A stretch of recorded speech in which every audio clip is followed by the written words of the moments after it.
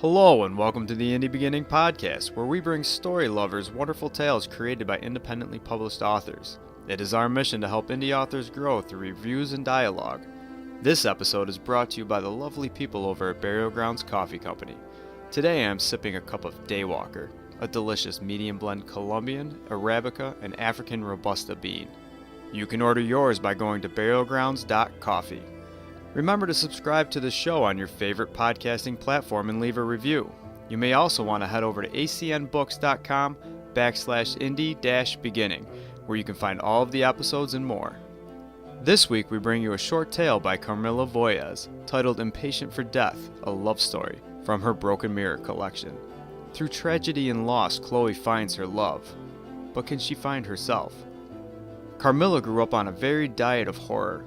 Her earliest influences as a teenage reader were Graham Masterton, Brian Lumley, Clive Barker, and the visceral violence of the first wave of video nasties. Fascinated by the goth aesthetic and enchanted by the threnodies of the 80s goth and post-punk music, she evolved into the creature of darkness we find today. Her books are extraordinarily personal and universally challenging. One note before we go on: this story discusses suicide attempts. Everyone here at Indie Beginning and the author understand that many topics can bring listeners to uncomfortable places that they have worked so hard to be free of. If you or anyone else you know is struggling with suicide, there are resources available to you. In the United States, call the National Suicide Prevention Lifeline at 1-800-273-8255. That's 1-800-273-TALK. Or if you are in the United Kingdom, you may call the Samaritans by dialing 116-123 from a landline.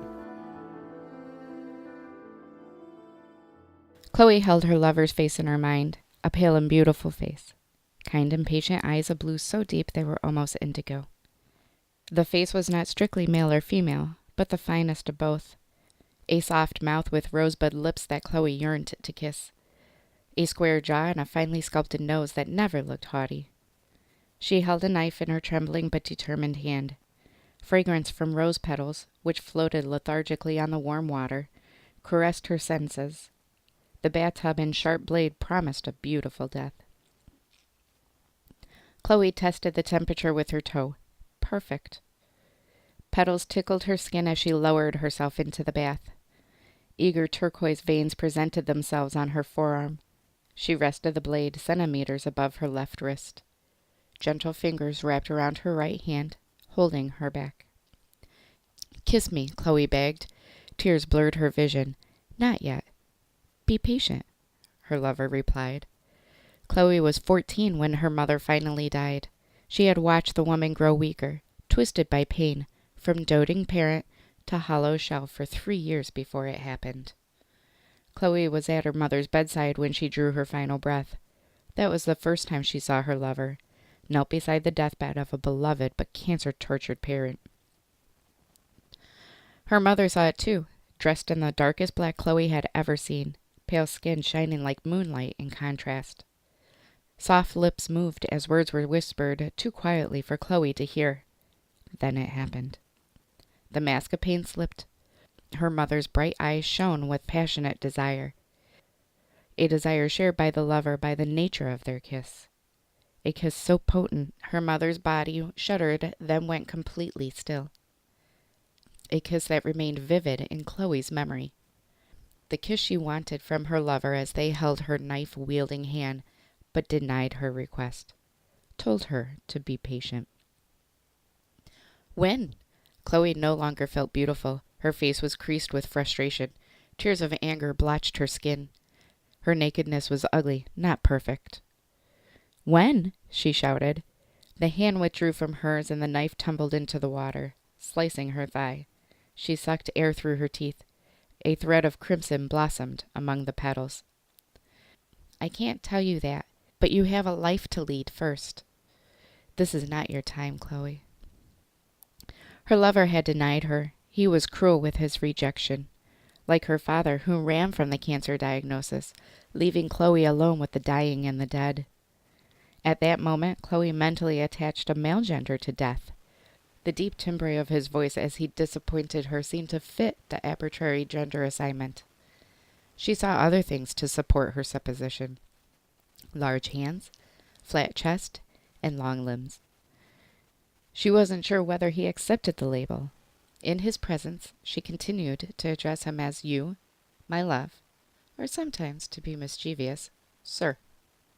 He always frowned when she called him that, but then she hadn't seen him smile since that day at her mother's bedside, the day he stole Chloe's heart. Chloe chain-smoked. Her friends berated her for it. Those'll kill you, you know. Not soon enough. So she flirted with other drugs, but the empty eyes of junkies never held the same attraction for her. The only thing they loved was oblivion, and she was certain that wasn't what she was chasing. She rode a motorbike, taking corners at breakneck speed, blindly overtaking cars and lorries. She was a risk-taker, and only the metal pins put in her shin after a nasty accident prevented her from continuing along these roads. She wore her scars proudly, testament to her nihilistic excesses. Only one of them really reminded her of him, the scar on her thigh from the knife in the bathtub. She guarded that memento jealously, angered if anyone noticed it. Chloe knew she couldn't die in a bathtub now. He would be disappointed. Repetition revealed lack of imagination. She needed better ways to attract his attention. Night stripped the beach of color. Waves glistened silver at their tips. An incessant roar of pebbles moving under the surface. Chloe removed her jeans and sweater. The water was too cold. Ice stabbed her feet, but her skin numbed to the pain, and she strode out, skating over loose stones until her feet no longer touched the ground. Her heart thumped, trying to keep going. The darkness swallowed her, but still he didn't come. So cold. Ice water lapped at her toes. Her blue skin shivered and her teeth chattered so hard she thought they might shatter. He knelt beside her, a tear rolling down his moonlit cheek. He covered her with his cape and rubbed her skin dry. He had vanished before her teeth had stopped gnashing enough to speak. Another rejection that did nothing to dampen her ardor. Commuters raced along the asphalt, weaving like salmon into tight spaces to shave a minute off their journeys. At 60 miles per hour or more, the impact should kill her instantly. He must come and give her his kiss this time. Red, black, silver, midnight blue, painted metal frames rushed past. The disturbed air ruffled her hair. Excitement made her skin tingle. The wait was almost over. She edged forward.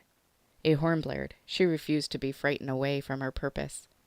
In the distance, red and blue lights flashed. It was now or never. She closed her eyes and ran. Metal tore open with an eardrum-splitting screech. Glass exploded.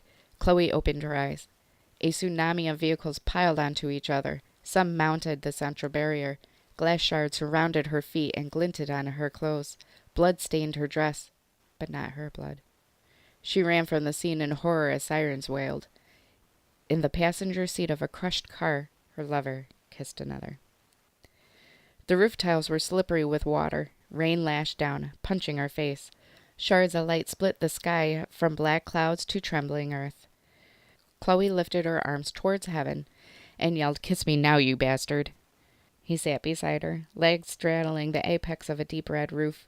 He stared at her face as she pushed wet hair from her eyes. Clothes clung to her skin. The lightning bolts moved further away.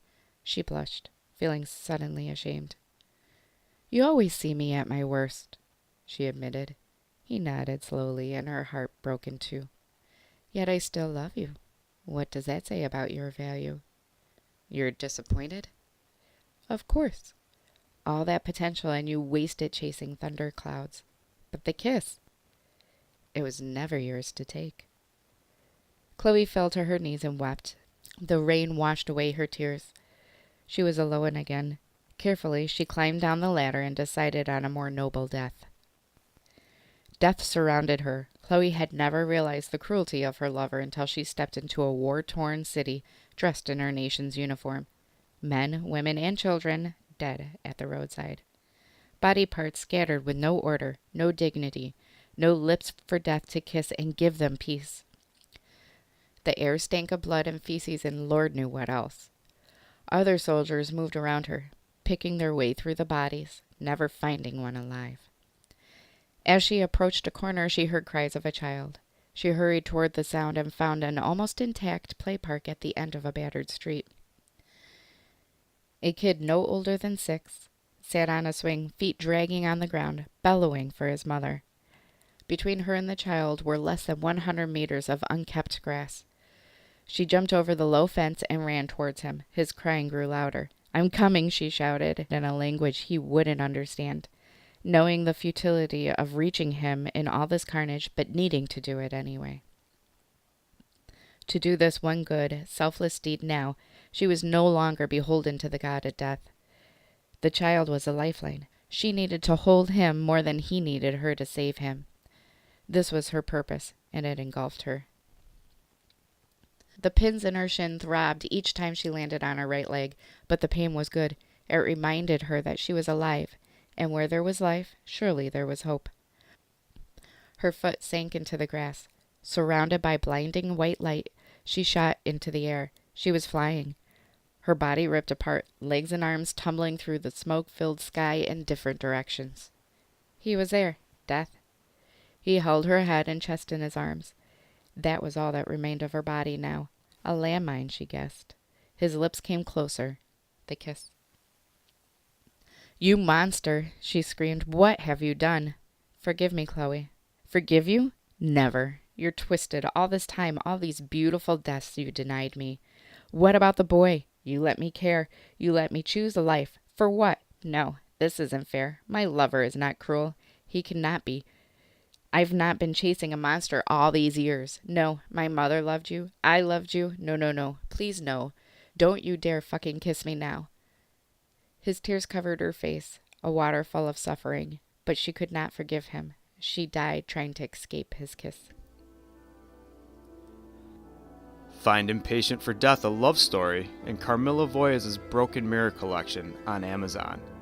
Remember to leave a review of this tale at acnbooks.com/indie-beginning, on any of our social media pages, or even right there on the platform you are listening on right now using the hashtag IndieBeginningReview.